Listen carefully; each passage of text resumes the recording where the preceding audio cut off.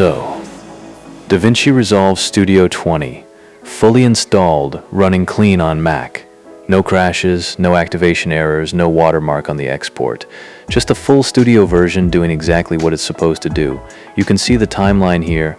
Footage is playing back smooth, no dropped frames, no lag, nothing weird happening. And look, I know a lot of people have trouble getting this version specifically to run properly on Mac. The free version is easy, anyone can grab that, but the studio version, that's where people get stuck. The activation, the patch, the whole process.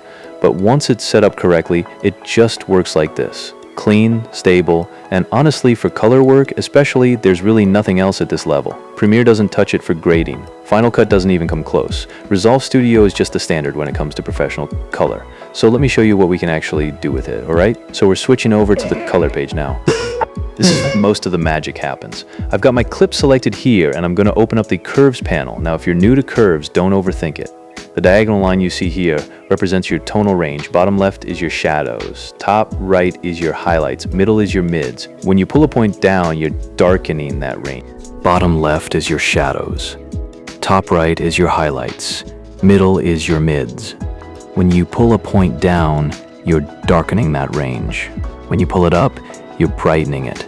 So what I'm doing here is pulling the shadows down just a little bit, giving the image some depth. Then I'm adding a slight dip in the mids to make it feel a little more moody, and then a subtle lift on the highlights to keep things from looking too dark. That S-curve shape is basically the foundation of almost every cinematic grade you've ever seen.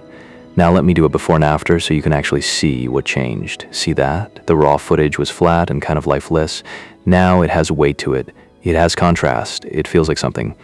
And we've done nothing crazy here, just a simple curve adjustment. You can go way deeper than this, like pulling individual color channels, adjusting the hue versus saturation curve, all of that. But even at this basic level, difference is massive. All right, that's the base grade done. Now let me add something that really pushes it into that cinematic territory. This is halation.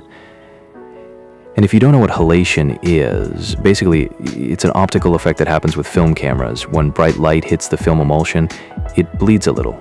Usually a warm red or orange glow around the light source. You've seen it in old movies. In film photography, that soft, dreamy glow around windows and lamps.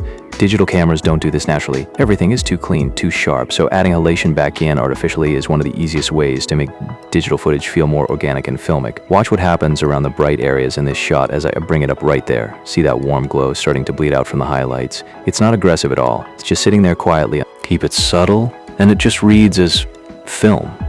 It's one of those things where the audience won't know what it is. They'll just feel like the image looks better. Now one more layer and we're done.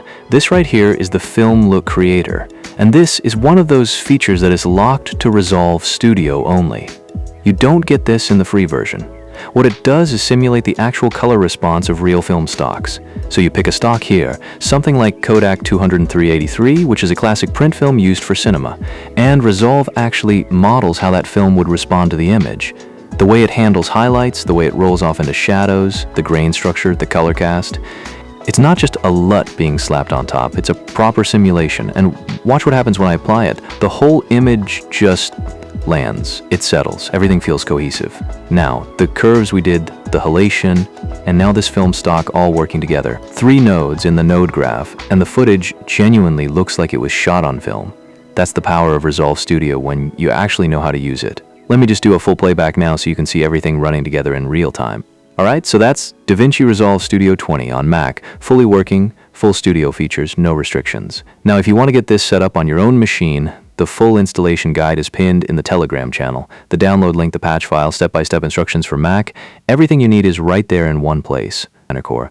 Go join, it's free.